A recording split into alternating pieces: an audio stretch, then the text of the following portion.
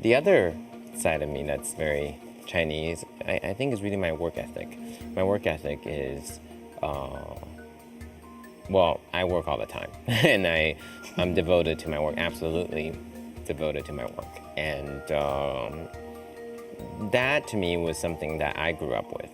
Taiwan is very hardworking. I mean, in a rainy day, you still see street vendors setting up, right? And that takes dedication. So I think in that way, in that sense, I applied that kind of work ethic to what I do. And that's why we've been able to accomplish so much in a short period of time.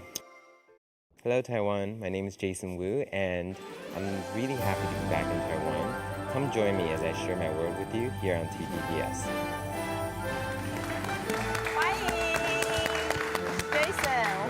Welcome. Hi, thank you. Relax. Thank you. Welcome. It's so good to see you here back in Taiwan in our studio. Thank you. Thank you. It has been how many years? At least 5 or 6 years? 4 years. 4 years yeah. since last time you were in Taiwan. Yeah.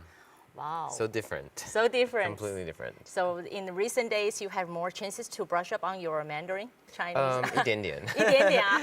How about say hello to our audience in Chinese? Hello, 台湾，很高兴可以回来台湾。Yeah, well, a lot of my colleagues and my friends told me before we take this interview this morning, saying that, hey, we feel Jason speaks fluent Chinese when we saw him, met our president Ma Ying-jeou on screen. Right. Well, my vocabulary is maybe like 3rd grade level, because I left Taiwan when I was in 3rd grade. So in 3rd grade. Not, I feel like for my interview I can express myself more properly in English. Yeah, same as my English, so let's help each other Let's during help the each interview. other. Yes. Yeah, first let's take a look at what we can see on screen. I would say that beautiful evening gown. Would you say that the inaugural night changed your life? Yeah, it definitely changed my life. I mean, it changed my life in so many ways. It showcased my work to a whole international platform, which is very, well, it's once in a lifetime. And I never thought something like that big would happen to me. And more so than that, my dress is part of the Smithsonian Museum, and Sure. it's part of history, part of American history, and part of history of our times. And I think the dress will actually outlive me. So that's something that any designer would be so proud to have. How did you really feel when your design became part of American history at this young age? I really was so astonished. I mean, I didn't even know how to feel for the Really? first 24 hours. So far, still? I mean, I just, to me, the experience was so much bigger than me. I mean, to me, I was only a small part of something that was quite extraordinary. You are very humble. Yeah, we all know that, you were so astonished to see the live coverage in that inaugural night. Yes.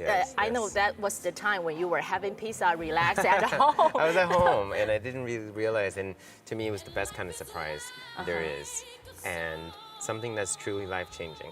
So actually, you had totally no idea that how many candidate aspirants would provide their design to Michelle Obama, and you don't even know that if she would choose yours or not. I still have no idea how many candidates there were. Okay. I'm still in awe that it was me. And, since that's happened, I really worked hard to prove myself to be a better designer and to improve and, to really stand up and be a better person and a better designer since all of that happened. How much time and efforts you put into making this beautiful evening gown? Can you tell us? Yeah, I mean, details? over the period 2 months, I really took a lot of time with my team. We're sewing little crystals on the dress, and it was really a labor of love. And to the moment I delivered the dress by hand when I flew myself to Chicago, it was something that, was really truly a project that we dedicated ourselves in for 2 months. Wow, so many parts of this dress was done handmade. Handmade, yes. Wow, so how many hours you've been? We lost count of how many hours. Wow. Yes. Okay. How about another evening dress? I don't know if it's a dress or evening dress you gave to our First Lady, Zhou Meiqing. Where did you get the idea of her style?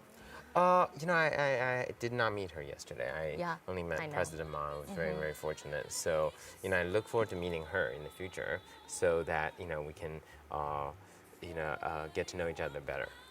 Okay. So now, along with our audience, let's watch the story covered by our senior correspondent Francis Fan Qifei in New York. Thank you. Introduce our audience Jason's achievement in the highly competitive fashion industry.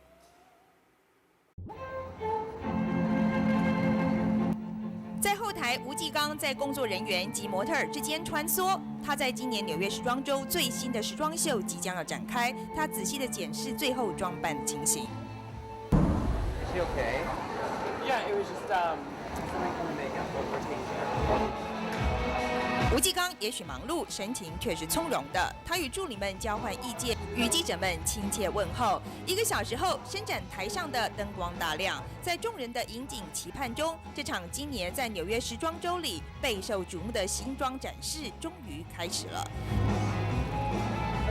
2年前，吴继刚同样在纽约时装周展出作品时，虽然一些专业时装杂志已经颇有好评，但大家对吴继刚并不熟悉。一直到美国现任总统夫人蜜雪儿·奥巴马在就职典礼上穿了吴继刚设计的礼服，吴继刚顿时成为在美国时装界一个人人朗朗上口的名字。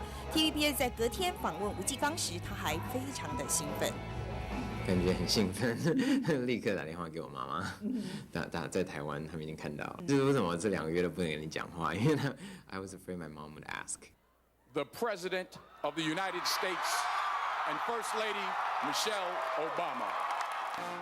在为蜜雪儿设计服装时，吴继刚从未见过蜜雪儿本人，只能从照片中去揣摩。一直到今年3月，当史密斯松林博物馆为了将这件礼服收入馆藏时，办了一个仪式，邀请2人与会，吴继刚才终于见到了他的贵人。She's so smart and she's not only stylish, but somebody you really want to look up to because she has that air of confidence and an intelligence about her that I really look up to.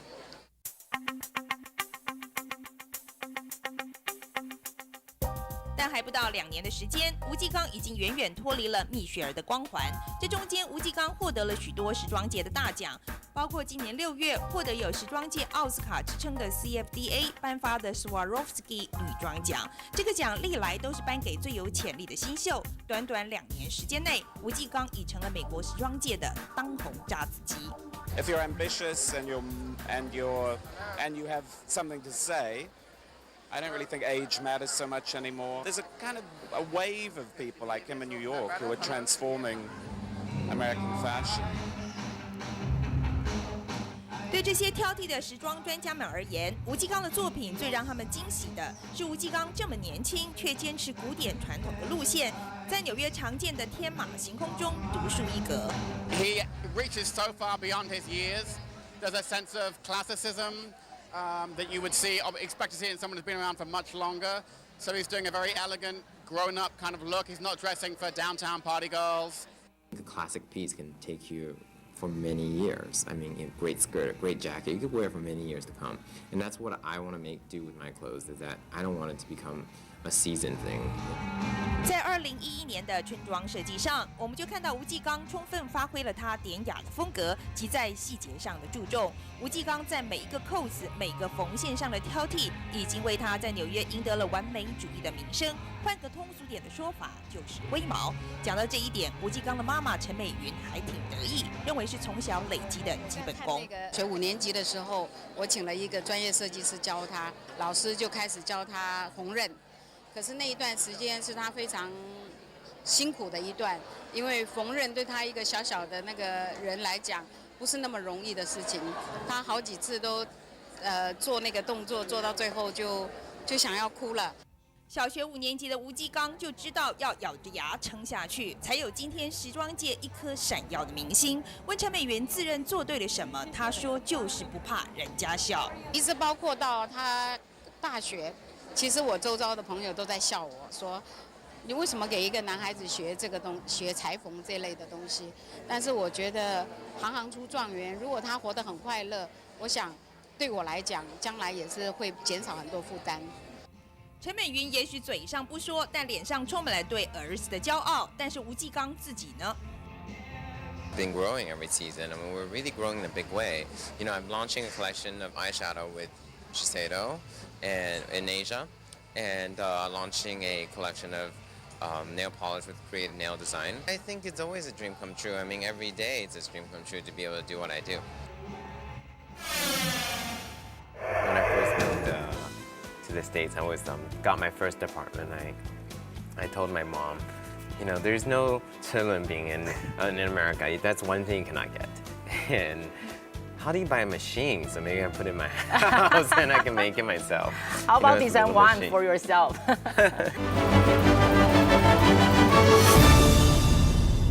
Every day is a dream come true. That's how you feel on Yeah. a regular daily basis? I do. I really feel like, you know, I am living the dream, and I feel like I'm very fortunate to be waking up every day to do something I wanted to do my entire life. And with the enthusiasm, right? Yeah, with a lot of enthusiasm. I mean, can't say it's always easy. What did you find on the table? Oh. 烧仙草. Did you have breakfast this morning? Besides this, we have 车轮饼. We hit it, right? 我们刚刚才加热的. You know, nowadays in Taiwan, 车轮饼 we have many different tastes inside. I think this 红豆加奶油. Wow, this Yeah. is new. This is new, yeah. You can 没有看过. pack it after the interview. You Okay. can try, you know, Okay. whenever you want. I know Thank you you. bake apple pie. Yes, yes. So can you find recipe on the internet for 车轮饼? Then you can make for Actually, yourself. One year, when I first moved to the States, I was got my first apartment. I told my mom, you know, there's no being in America. That's one thing you cannot get. And how do you buy a machine? So maybe I put it in my house and I can make it myself. How about it's a design little one machine. for yourself? Okay. So maybe I buy a machine and put it in my house one day. Yeah. So, 台湾小吃, you had many chances recently to visit like night market or Not small yet. store. Yeah, I hope I can. I mean, I haven't had time to go to the night market, but to me, the night market is one of the best experiences and best things about Taiwan, because it says so much about Taiwan. It's, you know, it's very personable and it's very unique, and it's got so much personality. And I think that's how I would describe Taiwan, is all of those elements. And to me, that's one of the things I remember the most and miss the most about Taiwan, is those little things, the little night market, little Taiwanese 小吃 kind of a thing. And you know, I think, you know, I think those are the things that I find, you know, that are very, very, very special about Taiwan. And still you find there is still a connection between you and your homeland, right? All Yeah. this memory. There's definitely a Precious connection. memories. Did you have homesick? I mean, in the early time when you move away from Taiwan. Yes, actually, when I first immigrated to Canada, I was homesick all the time because Wow, poor kid. cultural shock. You know, very different culturally speaking. It's, you know, I was very not used to everything. But you know, I'm so fortunate that my parents allowed me to travel a lot when I was younger, because I think if I didn't do all that traveling, didn't live in all the places I lived, it would have been impossible to be a fashion designer.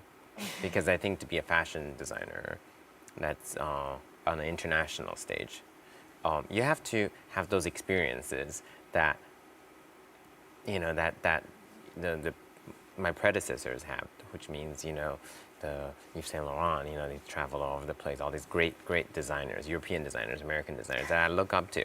You know, they had these experiences, and I think having life experience is a very important thing for a fashion designer. Yeah. Well, let's talk about, go back to 2006. That was the year you established your own brand. Yes. What was the most difficult part, or let's say the most unpredictable part in the time? Everything was unpredictable. You know, everything was completely unpredictable because I started in my living room. And In your living room? Yeah. I didn't have an office in the beginning, so I, found a factory, made some clothes, and It's like the founders of Microsoft starting their business in the garage. Everybody has to start somewhere, and I had no employee, not a lot of experience, and I learned the business.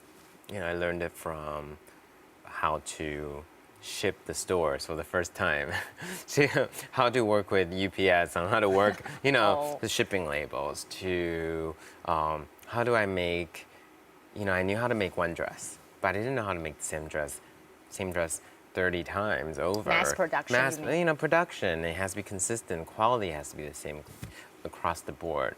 How do I make that one vision come alive in many, many pieces? And that's something I had to learn. So every day was a new venture for me. Every day was a new task that I had to face. And every day I'm still learning something. Yeah, one thing was very interesting because back then you were still a student at a Yes. very young age. Yes. What is your age then? How old were you then when you started your own business? I started 23, 24. 23, Yeah. 24. Yeah. So how did you get to know the psychological side of the customers? I didn't. I didn't know. I would be lying if I said I knew in the beginning. I didn't. I learned it, and I took a lot of work. I think nothing worthwhile comes easily, and I think it was a lot of hard work. I mean, there are times when I said to myself, I was like, maybe I don't have experience enough to do it, but I did it anyway. I just went in, if I needed to something, what I learned is that if you're willing to try something, you're willing to do something, you can learn it. And I learned it. I learned the business because I had the passion for it. Now you are a world-known stylist, entrepreneur, designer. Has the fame come as what you've been expected? I didn't expect it. I think something that's very, very important to reiterate was that I didn't come to this business to become a famous person, because I think that would be the wrong angle, and that would be the wrong motivation to be a designer, because there's so many other things you can do to do that. I became a fashion designer because I was born a fashion designer, and that's what I always wanted to do. How much has your life been changed since the inaugural night? I read an article saying that even the trunk driver in New York City will roll down his window and recognize you, say, hey, are you the guys that designed for our first lady? Yes. So do you have to adjust yourself to the publicity? Yes, I've learned a lot. I gone from only the fashion industry knew who I was to the world, even people not in fashion. And that's something that maybe doesn't happen very often, maybe once in a lifetime. And I've had to do a lot of adjustments. I mean, I have really become more mature, actually, because it's, under the tension and the spotlight, I really had to look at myself seriously and figure out what I'm trying to say in a bigger way. I mean, I knew what I wanted to do. I knew what kind of clothing I was designing, but having all of this attention really forced me to even be more. It helped me learn more about myself, actually. So that was something that's very significant. Yeah, with so much applause and attention around you all the time. Jason, how do you keep your feet on the ground? By keeping my eyes on my work and nothing else.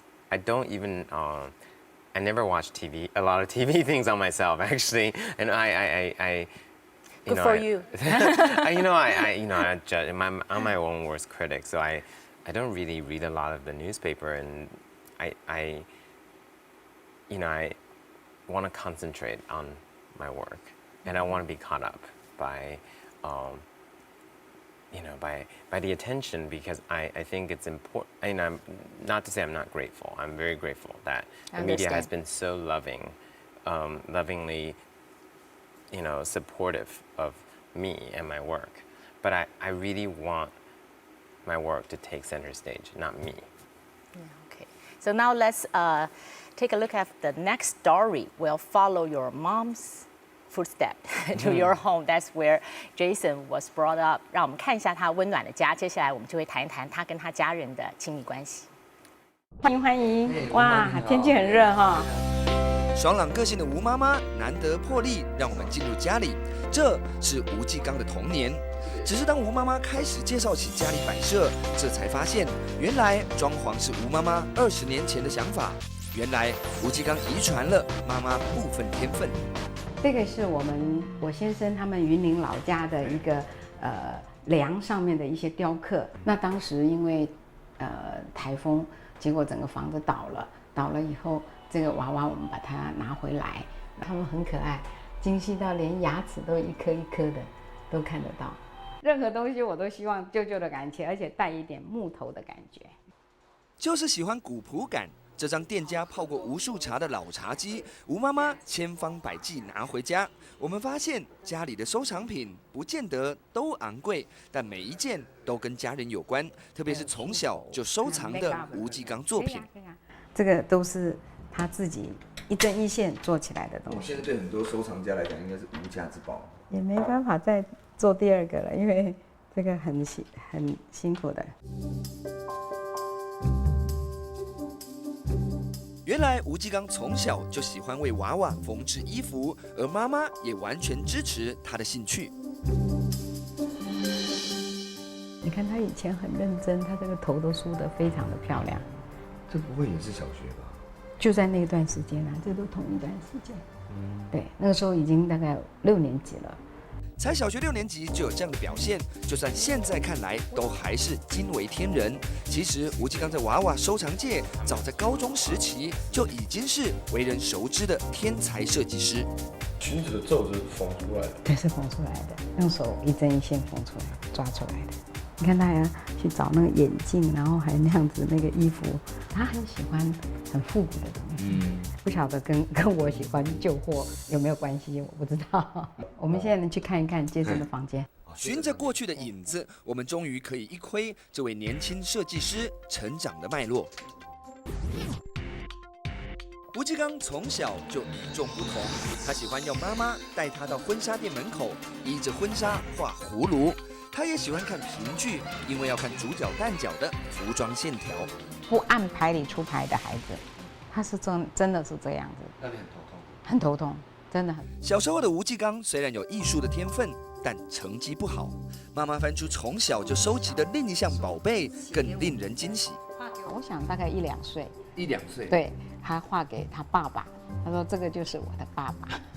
那个时候他就懂得去拿毛线来做胡子，其实他的爸爸也没有留胡子。还有这一张耶诞卡片，上头除了有自己的大头照和祝福之外，手绘的一条小虫，其实就是吴继刚的另一个支柱。应该是我啦，这应该是我，对。对，应该是我吧，我猜。笑声爽朗，吴继刚的哥哥有着另一股美国大男生的阳光。我以前成绩那就有点丢脸，就是还不错，那98、90、100分都是成绩都不错。那如果考个95、96分，还会被着打。他说哥哥很笨，我呢70分，老师说不好；75分，老师说很有进步；80分也不错。你看我从来都没有被打过，所以他从小时候那个开始就很跟一般的小孩子不太一样。有着成绩很好的哥哥，对比上从小就不同的吴继刚，让吴妈妈很担心。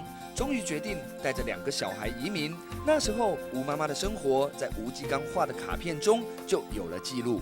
就是你看着电视睡着的样子。对，而且有时候累了，那我有时候真的是被电视看，不是在看电视。他打扫家里，他开着他的车，然后去接送我们。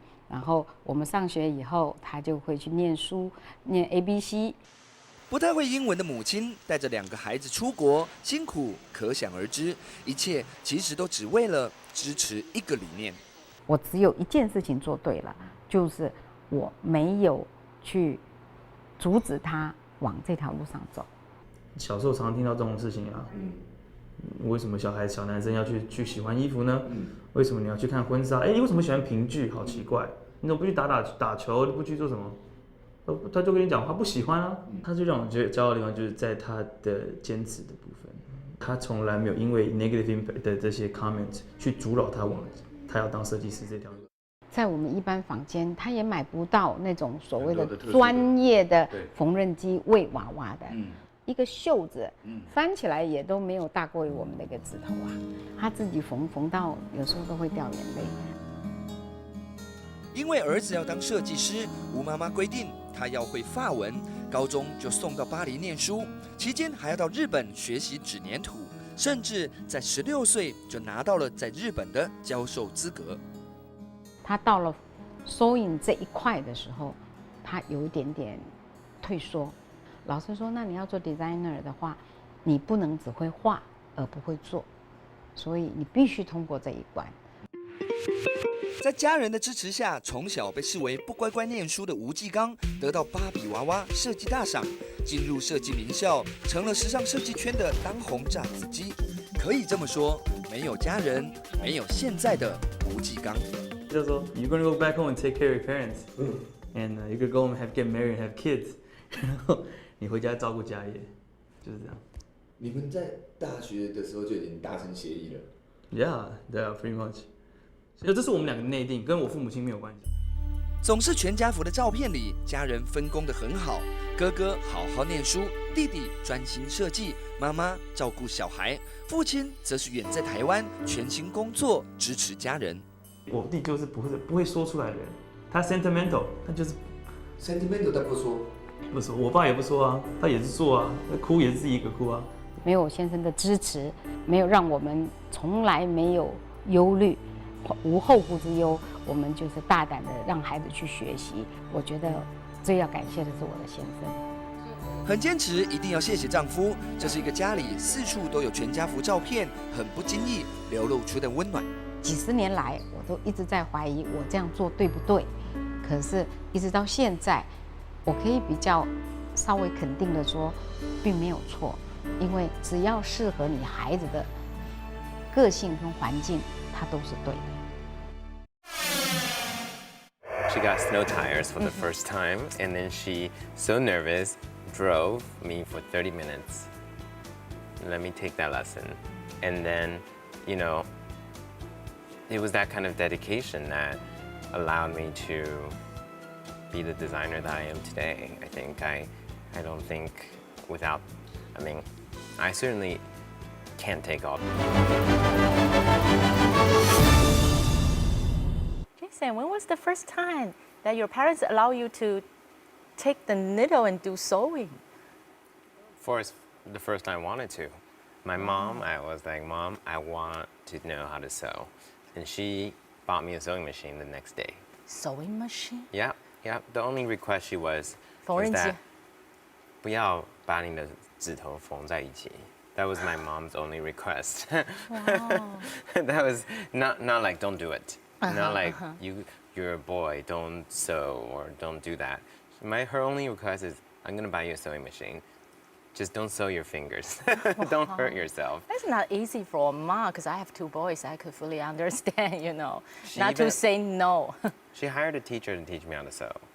Oh, really? Just to make sure. In Canada, right? Yeah. In Canada. You know, I remember one year she didn't know how to drive in the snow because we don't have snow in Taiwan, and I had to go to my sewing lesson. At night? At night. Oh. Because I had to go to school in the daytime. So just quit. She got snow tires for the first time, and then she, so nervous, drove me for 30 minutes. Let me take that lesson. And then, you know, it was that kind of dedication that allowed me to be the designer that I am today. I think I don't think without, I mean, I certainly can't take all the credit. It's a sacrifice. That's exactly the thing you would only do for someone you really loved. Right? Yeah. And, you know, it was quite a, it was a sacrifice. I mean, such a sacrifice, I don't even know if I myself in one day could be capable of doing something like that for somebody else. It's that great, you know, and I think, you know, for that reason, I look up to my mother always. Yeah, she's like just like what we chat before the interview, she's like your spokesperson here in Taiwan. She's my best spokesperson. Best spokesperson. Yeah. She knows you so well. Yeah. We saw those cute little cards that you made for your mom for different occasions. I haven't seen That's those in so many sweet. years. Oh, she keeps all the cards, all the I know. drawings. Yeah, I think they have how many albums at home? I got a little emotional seeing all of that. Yeah, It that's was so touching. But I remember doing them. You know, I just don't remember them now. But then now I look at it again. I was like, I remember making that. Yeah, looking at those cards. I remember that mustache. Oh, okay. I think I cut it off my father's blanket or something. By yourself? I think I cut it off something. Okay. Else. I think I cut it off my So father's. he found finally. Yeah, I didn't have yarn lying around the house. Okay. So looking at those cards, I'm wondering, are you the type of person that will never reluctant to reveal your gratitude and emotions in time?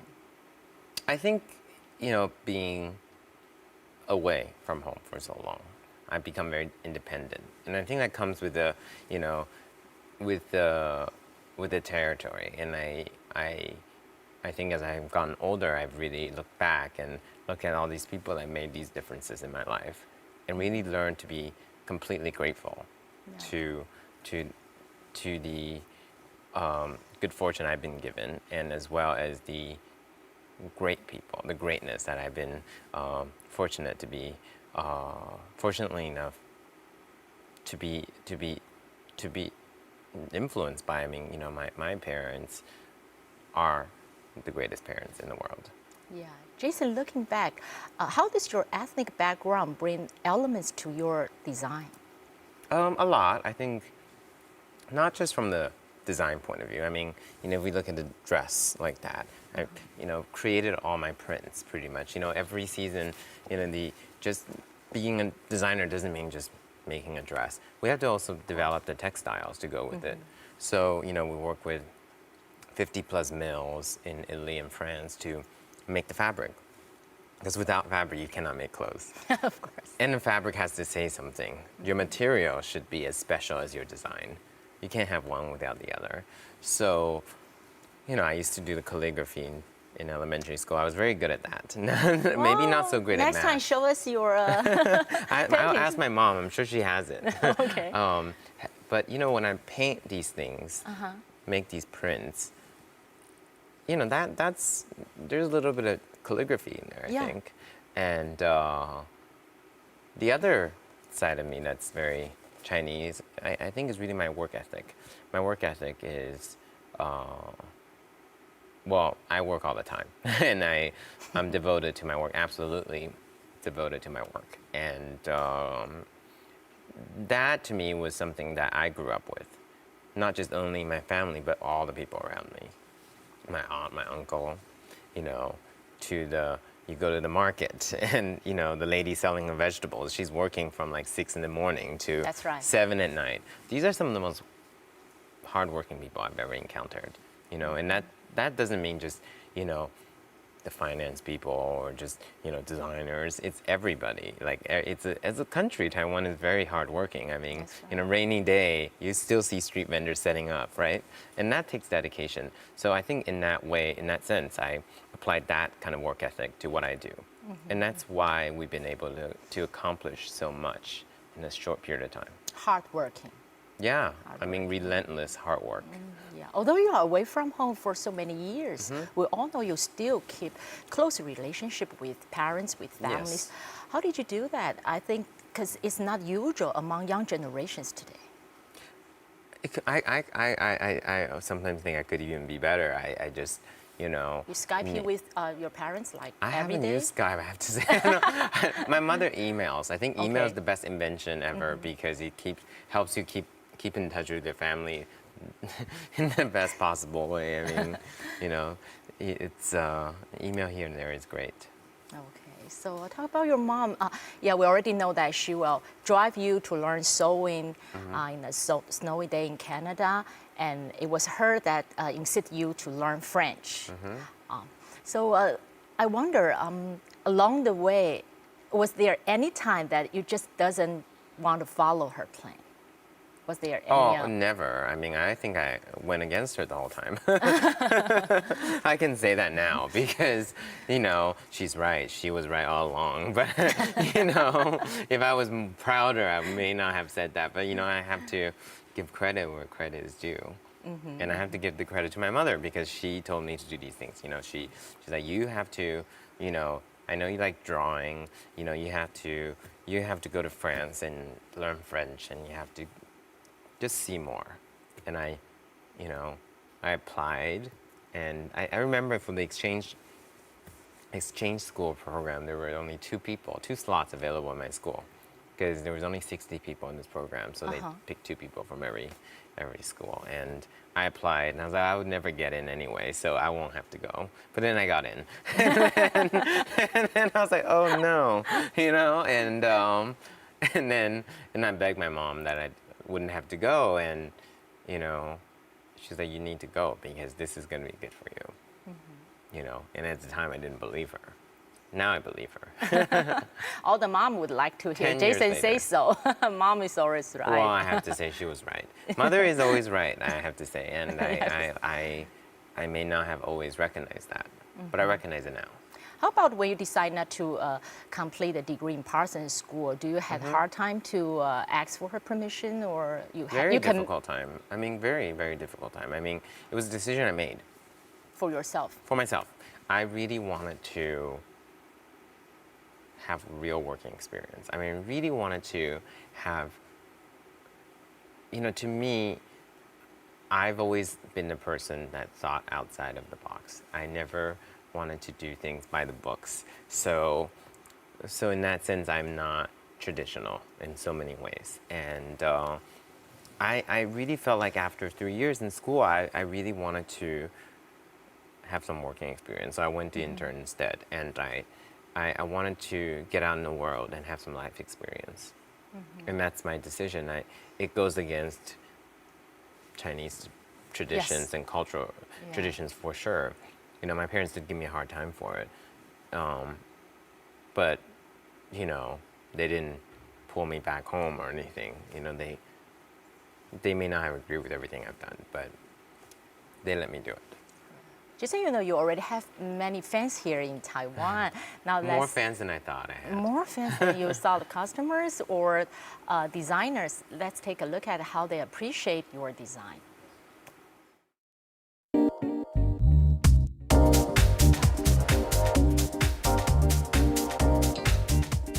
现在你可以看到我们3楼的空间呢，是以一个 travel 为主题的一个空间。2季以前就慧眼独具，引进吴继刚服装到台湾的陈怡说 ，Jason Wu 扎实而精致的手工感，还有优雅而经典的风格，正是征服纽约上城区名门淑女的最大原因。就是他很喜欢用羽毛，像他每一季他都会有多多少少都会有用到羽毛。然后呢，他很喜欢用就是这种绣的这种亮片啊，然后或是蕾丝，因为我觉得他做的东西都是比较 feminine， 比较女性。陈怡坦言，其实当初是因为喜欢收藏娃娃，才会看见Jason Wu的手工，于是专为台湾设计的娃娃也就此诞生。因为这是他的 hometown， 所以我们在台湾也是第一个跟他讲，所以他就非常乐意，所以他说 OK， 他就也很就答应，就帮我们设计。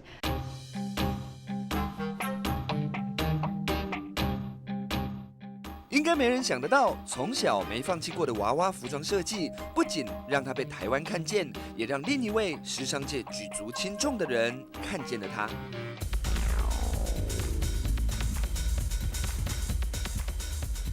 电影里在时尚圈呼风唤雨的本尊，也就是美国版 Vogue 总编 Anna Wintour， 替吴继刚打开时尚界第一扇窗。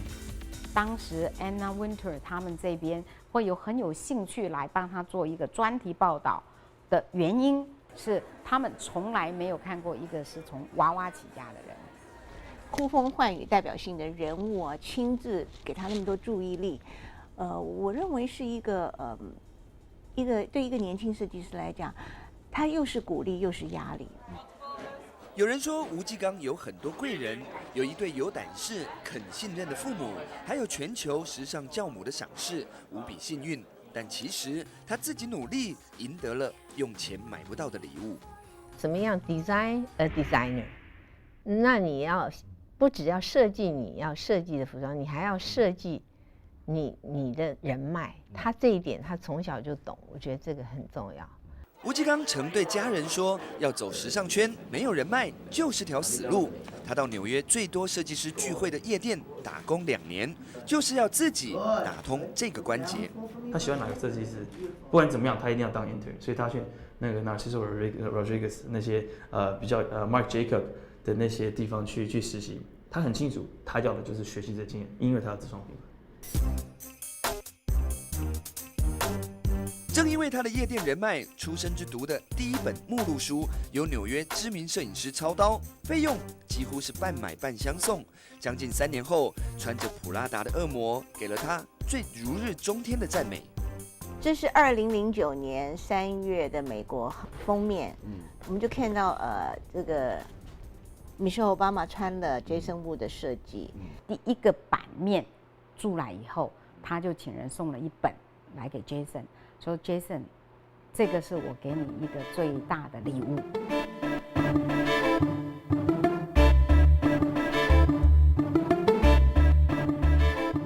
就像当年的服装秀一样，即便全球爆红，吴继刚仍然低调沉稳。最新一季的服装秀没有挑选更大的展场，而是始终如一。Runway 还在当初的小舞台，他要大家看到的是服装本身，而不是精彩的声光秀。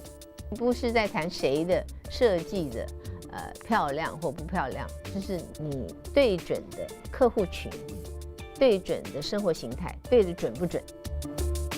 比如说夏姿走的是喜宴，但是台湾有这个喜宴的生活需求，所以它就有这个市场。所以为什么你说Jason Wu他在美国，他美国有这个穿晚礼服的机会。他就是为什么他这么受，就是纽约上层那些名门淑女们的喜爱，就是因为他的设计就是非常让他们就是可以去参加很多这种场合，可以非常的时尚，他是一丝不苟的。那就跟他的作品一样，大看也许你会觉得他就是经典嘛，很优雅。但是你如果有机会近距离翻开他的细节来看的话，他的精致度是绝对有的。那他就常常就用这种缎面，然后再加上一些 prints， 就会让它比较感觉比较不会这么的僵硬，就比较活泼，比较柔美一点。I think these are the best ones. Oh, that's great. I think the last ones are better. I would just like make it all white. 多次采访吴继刚的黄威说，从Jason Wu的成功就能看到，人脉和市场切入必然是亚裔设计魅力爆红之际，本土设计师最有利的舞台。中国的这几年的从奥运到世博，相对的它吸引了全世界的注意力。想要走时尚行业的人，我觉得它是绝对是大好的机会。学文创董事长徐丽玲更直指，因为被美国时尚界肯定的台湾之光出现，台湾本身更要积极让自己被看见。我觉得台湾的那个政府为什么不叫他设计一个100年娃娃？这个不是就是国发基金要赶快做的事吗？我也不知道怎么说，我对服装设计师可能是从小到大这是一直我的心愿，想当服装设计师，真人的服装设计师。18岁拿下芭比娃娃大赛冠军时，他可能从没想过这么快，在短短的9年之后，吴继刚就能圆了5岁时许下的愿望，一位货真价实、有影响力的时尚设计师。I think there's certain things that we want to keep on a slower pace, and I think making clothing that is classic and timeless is important to me because I don't want something that I make to be relevant for only a season. I want it to be relevant for a lifetime. I want it to be relevant after I'm gone, for 100 years.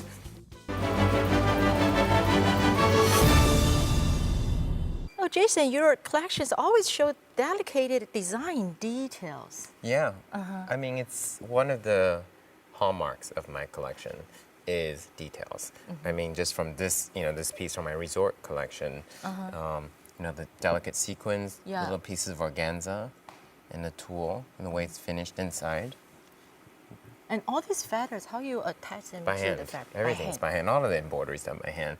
Just the tulle that that we made in Paris, and it's about details. So, are you a detail person? Yes, I am. I think, if anything, details are what make up the final product. I mean, it's very important. I think it's always the small details that make the difference. It makes something from, good to great, just by seeing the details. So I can say you are a perfectionist. Yeah, but maybe not perfect enough. Okay, then you can see a perfectionist would say things like that. Okay, you haven't designed for men, right? Is there any possibility in the future? I think so. I mean, I think, I'm just beginning. I mean, in terms of my company, I'm being only 4 years old, there's a world out there that we haven't even begun to tackle and begun to do. And there's so much I want to do. And, I'm happy to say that I have a lifetime to do it. So, there's so much more that I can and want to do. Nowadays, the fashion are more and more into our lives. But at the same time, we always feel that how can we buy so many disposable things? Yes. So what's your advice for customers? I think that's a great question, because it is a rather disposable culture we're in right now. Fast food, fast fashion, everything's fast. And then you wear it today and tomorrow it's gone. Yeah, we buy one little cute things and then we forget next week. Yes, and you don't even care about it the next week. Well, what I make isn't trend driven, I always say that. Because, maybe the price tag is higher, but it's made with the idea that it's something you can keep for a lifetime. And it's the kind of value that the old world designers used to have, and I think somewhat lost nowadays with the fast nature of our culture. I mean, media is fast. Everything's fast. The internet is so fast. Everything's in seconds, if not live. And I think there are certain things that we want to keep on a slower pace. And I think making clothing that is classic and timeless is important to me, because I don't want something that I make to be relevant for only a season. I want it to be relevant for a lifetime. I want it to be relevant after I'm gone, for 100 years. And, bringing that point back to the fact that my work is now in the Smithsonian is sort of the ultimate way of saying that. Jason, my last question, if a young person standing here right in front of you today asking you, Jason, what should I prepare myself to become just like you someday? What would you say to him or her? I would say that, it's all in how much work you want to put in.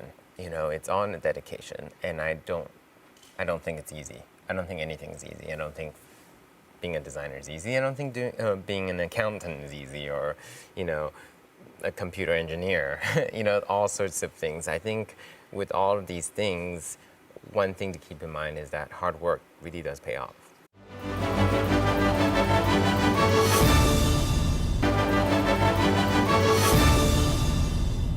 Jason, thank you. Thank you for coming, for inspiring us so much. Thank you. Wish to see you more often and bring more and more your designs back to Taiwan. Thank you, Jason. Thank you. Thank you very much.